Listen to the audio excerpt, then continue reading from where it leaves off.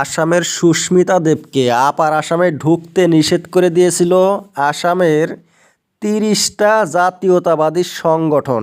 শিবসাগরে press conference করে বলছিল সুস্মিতা দেব আমাদের লোক নয়, উনি এইখানে আসতে পারবে না। যদি আসে পশুদেরকে যেভাবে আমরা ধাওয়া করে খেদিয়ে দেই তেমনি সুস্মিতা দেবকেও খেদাবো।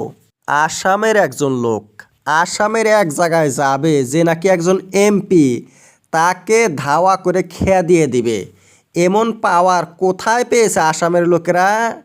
এই যে মামার কাছ থেকে। মামা যদি সব সময় জাতপাত নিয়ে চলে, জাতপাত নিয়ে উঠে বসে, তাহলে ভাগনারা আর কি করবে, কি শিখবে? মামার কাছ থেকে পেয়েছে এই পাওয়ার ভাগনারা।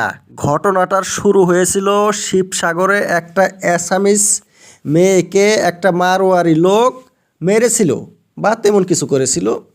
তাই মারোয়ারি জাতিগোষ্ঠীকে মাপ চেতে বাধ্য করেছিল। মারোয়ারির প্রতিনিধিরা মিনিস্টার রনজ পেগুর সামনে মাপ চেয়েছে, নীল ডাউন করে, হাত জোর করে। কেমন ঘটনা!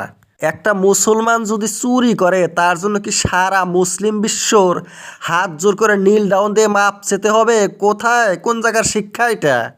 তাই সুস্মিতা দেব বলেছিল যে আলফার লোকেরা 4,000 4,500 মানুষ হত্যা করেছে, সেই আলফার লোকেরা আজকে সারেন্ডার করছে, তাদেরকে তো বলা হচ্ছে না আপনারা নীল ডাউন করে মাপ চান। যারা এমন হত্যাকাণ্ড করেছে তাদেরকে যদি নীল ডাউন করতে বাধ্য করা না হয়, এই যে একজন মারোয়ারি একটা অ্যাসামিস মেয়েকে মারার জন্য সারা মারোয়ারি কমিউনিটির নীল ডাউন দিতে হইল। তাই এই ভাগ্নেরা রাগ করে কি করলো, সুস্মিতা দেবকে নিষেধ করে দিল। সুস্মিতা দেব আবার বলছে আমার যাওয়ার অধিকার রয়েছে, আমি যে কোনো জায়গায় যেতে পারি, ভারতের লোকে এক জায়গা থেকে আরেক জায়গায় যাব। তারপরে যদি আমাকে অ্যাটাক করে তাহলে আইন রয়েছে দেশে, আর আইন যদি বিফল হয়ে যায় তাহলে বলতে হবে যে হিমন্ত বিশ্ব শর্মা আইন রক্ষা করতে পারে নাই।